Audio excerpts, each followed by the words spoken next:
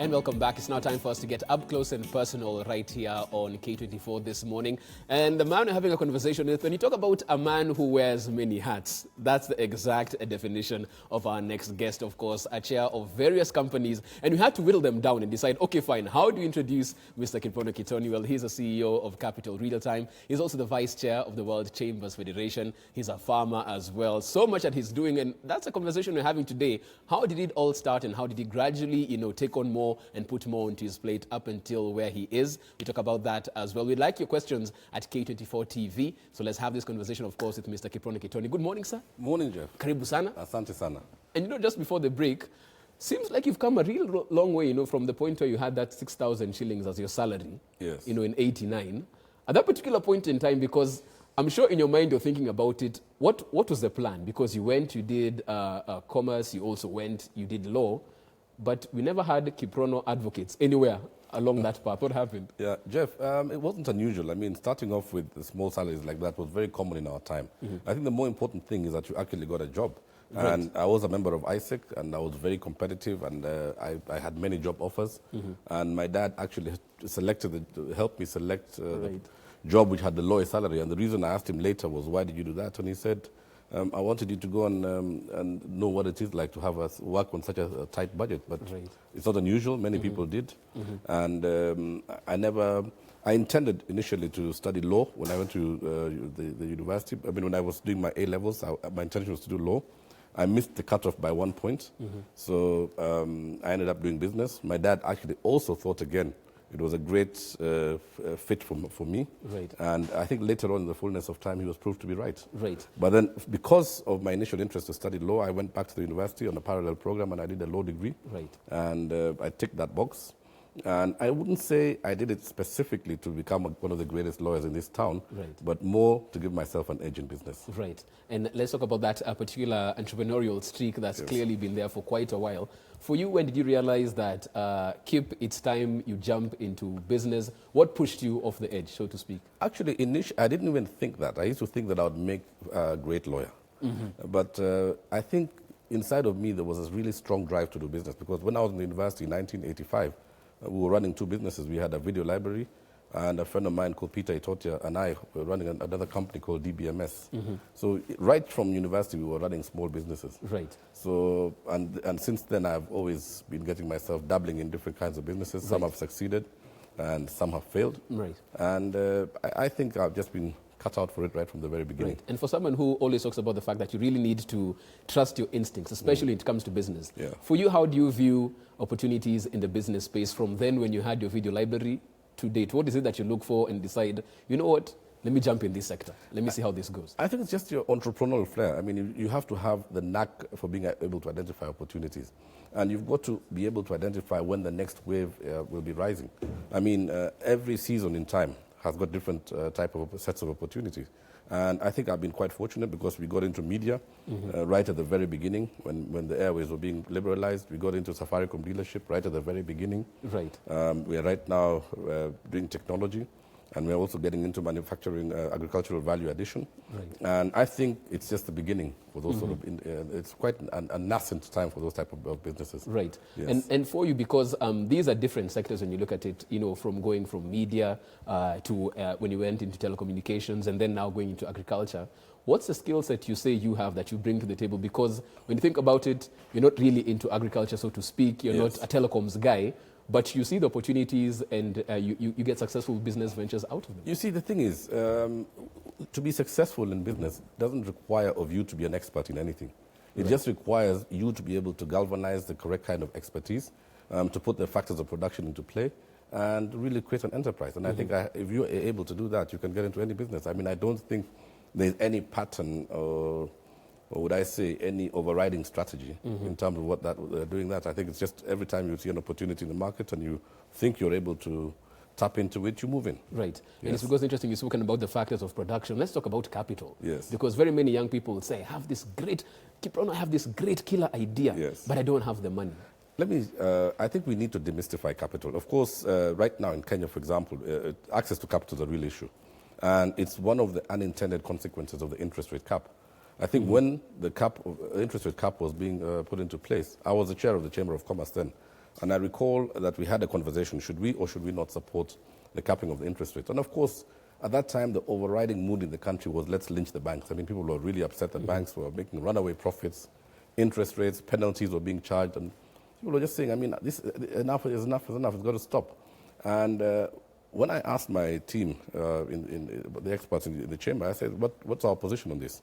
They said, we cannot support it. And I said, why should we not support it? They said, because it will deny credit to SMEs. And they explained to me how. And I think in the fullness of time, they were absolutely right. I mean, capital today is a challenge to acquire in Kenya. But again, the whole issue of capital being a prerequisite to getting into business is overrated. There's always money chasing good ideas. So the question is to find where How this do you money find the is. money? Yes. That's what the question really is. And let's talk about your forays when still as a young entrepreneur. Yes. When did it get to a point where you realized, okay, fine, Kip, you know this entrepreneurship game, you're onto something. When did it click that, okay, fine, this business thing is working? I was a management trainee at the United Touring Company, which was a very big inbound tour operator in Kenya. This is straight after university. And I worked for them for 3 years. 2 years in Kenya and 1 year in the United Kingdom in their office. When I came back to Kenya, I think it was in early 1990, we got into horticultural export business. And I was still sort of double dealing. I mean, I was doing both my job So this was a side hustle. and running my side hustle. And, you know, the side hustle kept growing so fast. And despite the fact that I'd go to the office at 6 o'clock in the morning every day, I just found it was almost completely impossible to run both simultaneously. And one day, I just tendered my resignation. And I went to my general manager, Khalid Shapi, then, and I said to him, I've got to resign. And he said, I could see it coming. And so it wasn't a surprise to yes, him. he said he could see it coming. But I mean, they needed my services. But he said, look, if you feel like you must go and do business, and good luck to you. And I went out, did the business, and I never looked back from that time. I just realized it was very hard for me to be constrained in an employment kind of situation. Yes. And you talk about the fact that way back when you were still getting to the office at 6 in the morning. Yes. But you feel like there's a workaholic streak that you're always in the office or in some sort of venture? Well, I've slowed down quite a bit now. Oh, I really? mean, you see, I'm 54. And I realize it's never that serious. I mean, I look at some of the people I looked up to growing up, people like the late Karanja Kabage, whom I worked with for a short while. And I mean, he went to the office, I think, at really, really early in the morning. I mean, look at James Mwangi of Equity Bank. I've had several meetings with him at the crack of dawn. I mean, he's famous for his 5 o'clock, 5:30 meetings. And there are people who just keep going at it. I've sort of now eased up on that. But I think if you're motivated, early rising is a very crucial factor. And because for very many people, they see the success now. They see what Mr. Kittony has managed to do over the years. Let's talk about the failures that probably aren't really bold on the curriculum vitae. You see, the thing about failure and success, it's the two sides of one coin. And I came to realize very early in my life, I mean, we got into, like I said to you, we got into horticultural export in the 90s. And it was a really fast-growing, very interesting business because we were serving markets in France, in the Netherlands, in the United Kingdom. And, you know, you're supplying fresh produce. So there were no letters of credit. So there was no documentary credit. At some point, the purchasers stopped paying us because, say, the produce didn't get there in good condition or whatever other reason. And in 1995, we had to shut down that business. And I think for about 2 years, I was like flat broke. And it was very difficult because, I mean, when you're broke, you realize then who your real friends are. Because the same people who were your best friends last year, suddenly they're not... they're busy now. They're not inviting you to their parties. They're not talking to you regularly. When you meet them on the streets, they cross and go the other side and say, you Jabba, akona shida. So... what did you do in those 2 years to survive? Because did you think of going back to employment? You know, very interesting thing happened. I mean, you see, I had the company that went under had debts. So the company that we owed money had debt collectors coming to collect from me. And then I realized that, you see, when you're in an indebtedness situation, the person sitting in front of you is the most likely the person you're going to pay. So I formed a debt collection company called Vanguard. While you were in debt? Yes, and we eventually got a business from the city council, we got business from Caltech. So we built a thriving debt collection business until I let go of that in 1999 when I got into media and Safaricom dealership. Pretty interesting way to actually look at your problem and turn it into the same solution. Into a solution, right yes, there. yes. And as all of these businesses go on, because very many people say at that low point is when you know what an entrepreneur is made of. Yes. Did you feel in terms of esteem, because like you said, your friends all of a sudden were busy, did you feel like, okay, fine, I need to just go somewhere and hide and think about my next steps? You see, when you're down, when you're faced with a challenge financially, or when your enterprise goes down, of course there's an issue of esteem. Of course there's an issue of how society looks at you. Right. And the most important point is that when you're at your lowest ebb, you must keep yourself motivated. You must keep yourself positive. Right. You must not lose faith in yourself. I think the greatest asset at that point in time is yourself. Right. And your key circle of supporters. Right. At that time, of course, I got great support from my family. I mean, just the moral support, a small group of friends, and you turn the situation around. I remember reading a book then about Tiny Roland, and it talked about he wrote a book of his life about his life, and in that book, he claimed to have founded over 100 businesses that had gone down, but then the 50 or 60 businesses that did not go down that succeeded. He took them out of Zimbabwe and listed them in London to create the Lone Row conglomerate. Right. And I said, if this guy has had 100 businesses go down, right. why am I crying about one business that's gone down? So, you've got to keep also reading about positive things and keeping your mind positive. And it's interesting you mentioned about family, being that backbone right there. Yes. When the business was going down, were you married at that particular I was, yes. And I used to, when my first daughter, Chanel, was going to nursery school. That's when it happened? I had no money. I used to negotiate with the school to pay at the end of the term. What? So I used to pay fees. When others are paying fees as they go to school, I would pay her fees at the end of the term. Wow. And for most people, because at that particular point in time you wait, should I tell the missus now? Should I wait until maybe 6 months down the line when things have steadied? How do you deal with your that? Your wife is your life partner. You've got to share that problem with them. With her, what are you going to do? You've got to tell her that this is the way it is. And how did that conversation go at home that night? You see, it is what it is. So long as you believe in yourself, so long as she believes in you, the situation will turn. And indeed it did. Right. Yes. And something else that you decided to venture into also is politics. Yes. What drove Mr. Kiprono to think that, okay, fine, I've done this business for a while, yes. Let me get into politics? Yeah, Why? you see, in high school, I was involved in student politics. I was chairman of the Sixth Form Society in the Nana School, which was quite an influential sort of apex body in our school. And after that, when I got to the university, I was involved in ISEC. I also got involved in student politics. Right. And I ran 2 campaigns in 86 and in 87. I lost the 86 election for ISEC and I won in 87. Right. And we served for, I think, 1.5, 2 years, and we did a very good job in that in the university. And so the bug was always there. Right. So in 1997, I contested for the KANU nomination for parliamentary seat in Cherangani. But the then retired President Moi came to Cherangani and into Trans Nzoia, and he said, look, you must step down for Honorable Kiprono Kittony, and I did exactly that. Right. But, in the back of my mind, I still felt like I should, but I haven't really gotten around to going back to the field again. And of course, the political bug already there, like you mentioned. Do you see, like 2022, probably we should watch this particular space? It's too early to tell. Yes, but never say never. Okay. Yes. And we have some pictures as well that we'll be having up on screen. Even let's talk about you getting into the Chamber of Commerce. What drove you to feel that, okay, fine, let me play my part in helping other businesses and business people as well? Okay, thanks for that question, Jeff. When I was, my first degree was Commerce in the University of Nairobi. And I actually wrote a paper as I was graduating my BCom on the reasons for failure of African enterprise. Right. And at that time, there was a very high rate of failure. I remember there was people like Kalinga of the JK Industries Group. There was many founding industrialists in Kenya then who were going out of business. So I went and carried out a little study about why African enterprises were going down. And, it was very surprising that the reasons were quite common. And one of the places that I went to find the information from was the Chamber of Commerce at Ufanisi House. Right. At that time, the chamber was vibrant, it was alive, it was resourceful, it was doing very, very well.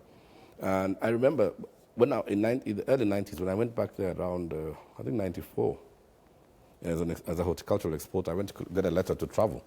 And I found the organization that 10 years ago was a resource ground for my studies was in complete state of decrepit state.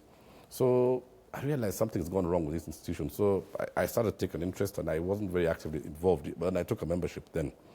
And around 2000, early 2000s, a group of us, including Gina Din, including Gavin Bell of Kengeles, including Lebanon DT, we got together and said, let's do something about the chamber. Right. And from that moment onwards, it was a long journey. I mean, we started in 2004. I never got into office until 2013 because the vested interests had a stranglehold on the institution. Right. So I got in 2013, and by the grace of God, I think together with the people we worked with, we've been able to turn it around. Mm-hmm. And I'm even glad that we've been able to even pass it on to a very competent team that is now running the chamber. Very true, very true. And even as you talk about your work in the chamber, we're looking at a person whose entry in terms of work, I mean, for some people who, when you say you've slowed down, they look at what you're doing and they're like, what do you mean slow down? Yeah. Chairing a number of boards, of course, Capital Realtime still running, you're still a farmer as well. What's a typical Kiprono Kittony day like? Where does he start? How does it usually go? Okay, I wake up about 6 o'clock. I go to Jeffries and I walk. I used to do a lot of running, but then I had a problem with my back, so I sort of stopped running. And by about 7:30, I'll be in the office. I start my day at Capital, and I'd work there for about 3 or 4 hours. And then I leave, I go to MTech, where I'm the chairman. It's a technology company that's in 12 countries, and I'd work there from 11 o'clock until about 2 o'clock. I go home, have lunch, and then in the afternoon, I'll go to my other enterprises and just check on how things are going. I'd often visit Radio Africa, where I still serve as the chairman, or one of the founding chairmen, and to the other enterprises in town that I have an interest in. Right. And if I have appointments, if I have to see people, I'll try to do that in the afternoons. And looking at all of this, because I remember the first time when we spoke about having this interview, I think you were in Russia when we spoke. Yes. How do you balance, we talk about work-life balance. How does it work for you? Because clearly there's a lot that needs to be done. But, you can't delegate being a father. You can't delegate being a husband. How do you deal with that? I think the thing is to have a set of rules. I mean, like our family set out to try and spend Sundays together. Mm-hmm. I mean, we always tried that every Sunday we should not have any commitments that are not involving everybody in the family. So you must keep certain days sacred, or certain activities sacred. For us, it is Sundays. Mm-hmm. And obviously, I wouldn't say it's been easy. I mean, work-life balance is one of the greatest challenges for people with an active business life. Right. And the Chamber of Commerce, for example, the 7 years that I was there, was perhaps the most difficult for my family because I was able to travel. I did a tally in July this year when I was leaving office, and I went to 75 different countries in 5 continents, and I toured 42 of the 47 counties in Kenya. That's a really hectic schedule. So it's been a busy 7 years. And obviously that in itself takes a lot of time away from your social program. So you really find a challenge. I mean, like now, even the last month, we lost one of my classmates from the Nana School. We have a little group that has been coalescing around ourselves for many years since we left high school. Right. And I hadn't hung out with my classmates for many years. Right. So we were in Taita about 3 weeks ago, and we spent a lovely weekend with people I grew up with and people I spent my high school life with. Right. But now is when I'm actually trying to find time to re-engage with people who are actually very important for you because you share the common past and you believe in common values. Let's talk about some people who are very important to you. Let's talk about your children. Yes. Because the conversations you'll have probably over lunch when you're going somewhere, do you see like some of them might follow up after daddy and get into the business space? Are those the conversations you have at lunch? How does it work?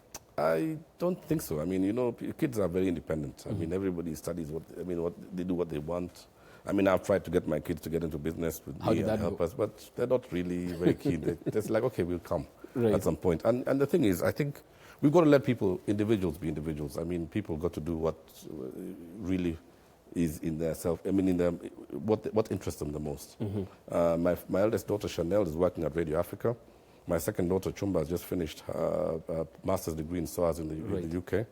I saw a tweet you posted about that. Really proud. Yeah, she did. She did well. I mean, I'm proud of her. I mean, and I think she's looking for a job internationally. I'm sure at some point she will be lucky and get one. Right. And the other ones are still in school. But I believe very much. I'm very liberal in my thinking. Let people do what they want to do. Okay, fantastic stuff. We have a couple of pictures that we can have up on screen. Some of them might be a walk down memory lane. Yes. Let's start with this one. Okay, here he is, Mr. Kittony the farmer. Yes, that's a coffee. I love coffee. Yeah.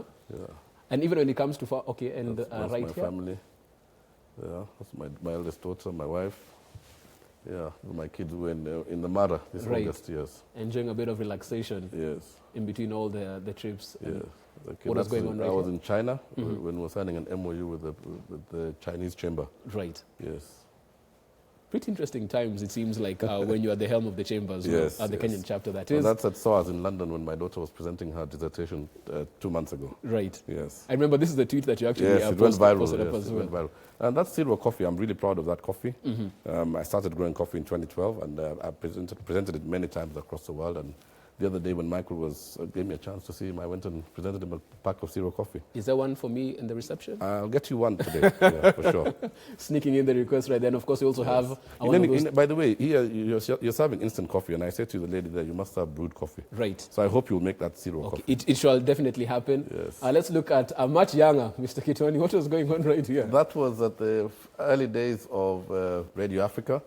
That was Crossfire being launched at the Serena Hotel. Right. And you remember Mutula Kilonzo, the late Mutula Kilonzo was a panelist on Crossfire. Right. Together with many other luminaries.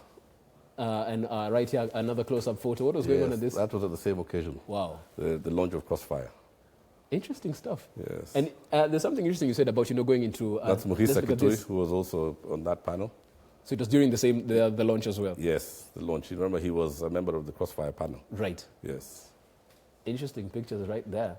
And let's talk about, like Zero Coffee. Yes. What makes you think, because very many people are talking about the fact that right now very many coffee farmers are uprooting their trees and moving away from that because it's not, making economic sense. You saw a business opportunity. Yes. How was that? You see, the thing about it is that the whole world, there's such a huge uptake of coffee.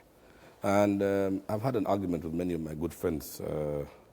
Some of them believe that the politics around coffee, the coffee value chain, make it an unviable crop. But I believe that you can actually, develop your own value-added product, create a niche for yourself in the market, and you can actually create a foothold in the market.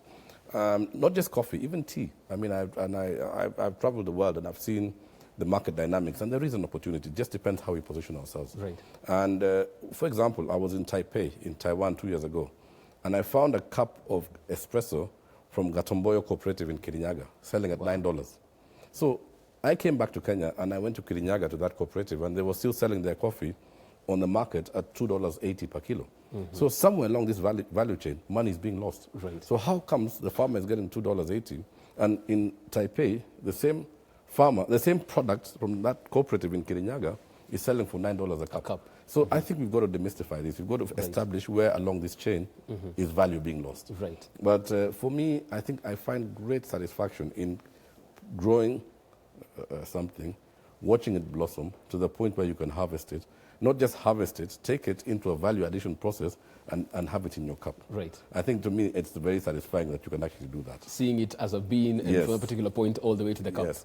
We've also created some hospitality outlets in Trans Nzoia. We have a tented camp, and we have a hotel and a resort. And we are aiming to have 80% farm-to-fork experience. Right. Where 80% of what's on your plate comes from the estate. Right. And we've gone quite far in that. And if you come to that resort now, a majority of the stuff that you will consume is directly from the estate. Yes. Some interesting ventures going on right there. Yes. And for very many people, there's that whole adage that, leaders are readers. How often do you read? What are you reading right now? Oh, I'm an avid reader. Right. Right now I'm reading The Tyranny of Experts. It's an amazing book. It talks about how the conspiracy around funding of projects in developing countries. Basically, this book tries to create an analogy about how projects that we see unfolding before us are actually not mooted even by our leaders or by our technocrats, but then they are mooted in far-flung destinations like Washington and Bretton Woods, so where they'll sit down and they'll allocate projects to different interest groups, and later on you'll just see it as a huge project in a developing country. One of the books that I really enjoyed reading was Lee Kuan Yew's Third World to First World. That's one of the amazing books. Yeah.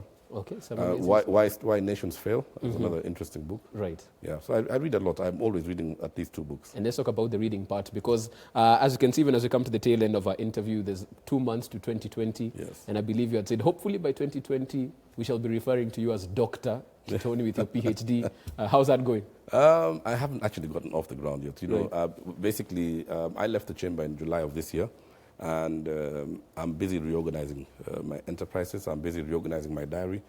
The Chamber of Commerce is a very, very involving place to be in. I mean, you're managing a lot of interest locally. You're managing a lot of interest internationally. There's a lot of demand on your time. And actually, the new president of the Chamber, Richard Ngatia, spoke to me about a week and a half ago before he left for Russia. And he said, how do you manage this? And I said to him, it is how it is. I mean, this is what the job entails. I mean, the sheer demand on your time is incredible. So I've come from a regime where I had maybe 10 meetings a day to one now that I'm in control of my time. So I'm trying to use this to optimize my own businesses before I go back and start to pursue my PhD. Okay, and let's talk, and let's finally cap up on what you're talking about in terms of businesses and the general state of the economy, because even as we leave the chamber, we're looking at a situation where companies are closing shop and laying off staff, multinational companies setting up shop elsewhere and leaving. What's the pulse on the ground from where you stand as a business person? It's very interesting, and I have written an article which hopefully will be published this week. I do contribute a lot by writing articles in the mainstream papers. It is true that there is a problem in business in Kenya. I mean, there are many problems that are dogging businesses in Kenya. One is we have a revenue authority that's extremely aggressive in its collections, so much so that many times that they are even running ahead of themselves and doing things that are, I mean, even this whole conversation about criminalizing non-payment of revenue of taxes, it's an issue. Number two is the whole issue of late payments and delayed payments and non-payments. You see, many companies in Kenya today are suffering from the fact that they are not collecting their money from the national government, from the county governments, from large corporates, from small corporates. So there's a whole spiral effect of non-collection of debt. Number three, the credit regime has also provided that anybody who is not fulfilling their obligations gets listed in the CRB. So today we have close to 1 million people listed in the CRB. Many of them are listed despite the fact that they are actually owed money. So I am actually recommending in the article that I'm writing, number 4, of course, is the lack of access to credit, and I spoke about that earlier on. You see the fact that we have the interest rate cap. If you are Equity Bank or Barclays Bank or Standard Bank and you've got a whole pool of funds, would you rather lend it to you, Jeff, or would you rather lend it to the government on 10%? True. So the government's in the market. Like now, I think there's a bond that they're into the market for 60 billion shillings. So the government is crowding out local investors as well because of the fact that they still want money to fund their projects. But then the interesting thing is that the foreign confidence in our economy still remains very high. And it remains high because there's nothing wrong with the fundamentals of our economy. Our ease of doing business index has gone down to 51 last week, which is kudos to the government. That's a fantastic thing. So you see, there's a mismatch between the sentiment of foreign investors and the sentiment of local investors. So we really must find a way to break these two. And what I'm proposing in the article that I'm writing now is that the government should consider an economic stimulus that works on these touch points. How do you get the Juakali sector moving? How do we deal with the issue of non-payments, delayed payments? How do we ensure access of credits to SMEs? How do we have a more stable legal and regulatory environment? So how do we get people who have been listed, yet it wasn't their fault, to be able to give them a second chance to go back into business? Those kind of issues. Fantastic stuff. As you can see, all is not lost, and of course that stimulus package might be what's needed. When the article is out, of course, we'll be definitely talking about it right here. But that's where we draw the curtains as far as it was getting up close and personal with Kiprono Kittony. Thank you so much for making time this morning. Thank you, Jeff. Asante sana. Asante. And all the best with the various ventures that you're forwarding right here. Thank you very much. And I'll send you some coffee. Okay, please. We'll be waiting for it. Yes. Thank you so much. Take a short break. We're back on the other side. It's all about the debate on the HPV vaccine. Which way forward? That's what we're talking about after the break. This is K24 This Morning.